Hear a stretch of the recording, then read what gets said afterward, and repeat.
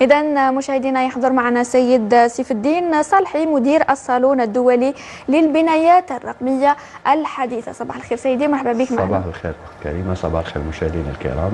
أكيد مرحبا بك. إذا اليوم سيدي راح نتكلموا عن كل ما هو بنايات رقمية حديثة. نحن الآن في عصر الرقمنة، في عصر التكنولوجيا، أكيد مجال البناء طرأت عليه العديد من التغيرات، ومن خلال هذا الصالون الذي سيستضيف مشاركين من مختلف أنحاء العالم سنتعرف على هذه التطورات. أولا السلام عليكم. صالون بيلتاك في طبعته الرابعة هو الصالون الدولي للبنايات الحديثة والتكنولوجيات الجديدة التي تحتضنه مدينة قسنطينة في كل 20 فبراير من كل سنة، والذي يصادف اليوم الوطني للمدينة.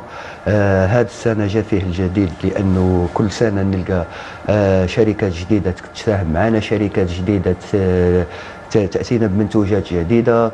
كما في هذه السنة كان فيه عندنا حوالي 50 مشارك، إضافة إلى حوالي 38 محاضرة. هي في الأول كانت عندنا 28 نظرا للطلبات العديدة، لحقنا دوك حتى 38 محاضرة، إضافة إلى يومين دراسيين. اليوم الأول راح يكون يوم تقني بالتنسيق مع الوكالة الوطنية لتنشيط استعمال الطاقة لابري، اللي راح يكون ترشيد استعمال الطاقة في مجال البناء. واليوم الدراسي الثاني اللي راح يكون بالتنسيق مع الجمعية الوطنية للمعماريين.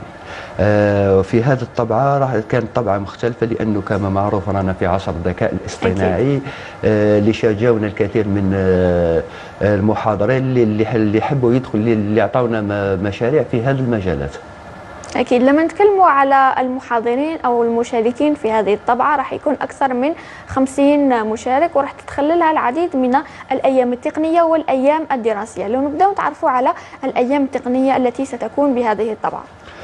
اولا اليوم التقني اللي راح يكون بالشراكه مع الوكاله الوطنيه لتطوير استخدام الطاقه، اللي راح يكونوا فيه مجموعه من المشاركين.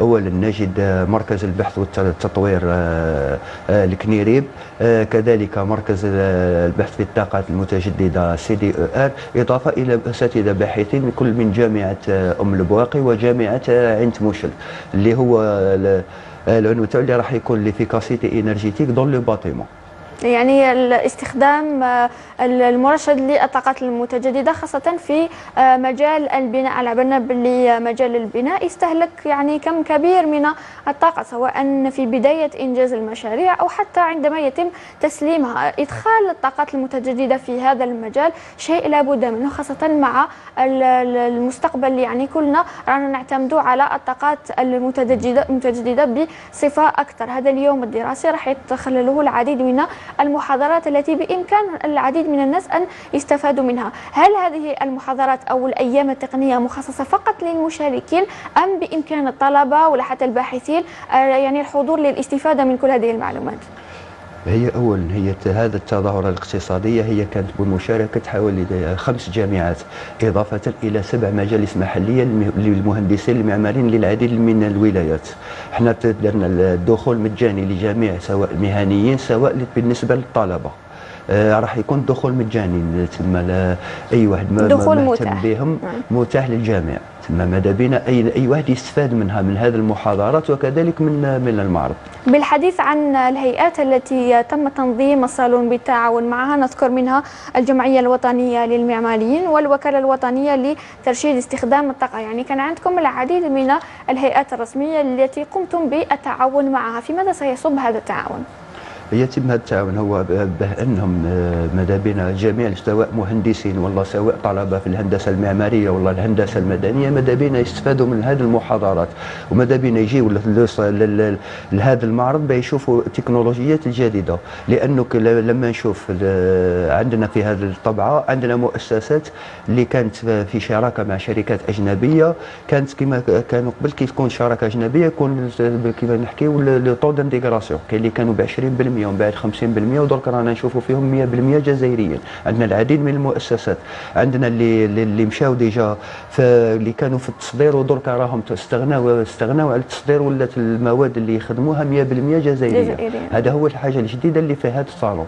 اكيد لازم نتعرفوا على منتوج بلادنا خاصه في مجال البناء. سيدي مؤخرا العديد من التطورات حدثت في مجال البناء، هناك بنايات مقاومه للكوارث الطبيعيه، بنايات تستخدم الذكاء الصناعي، بنايات فيها العديد من التكنولوجيات الجديدة. هل سنتعرف على تكنولوجيات جديدة طبقت في البنايات الحديثة من خلال الصالون؟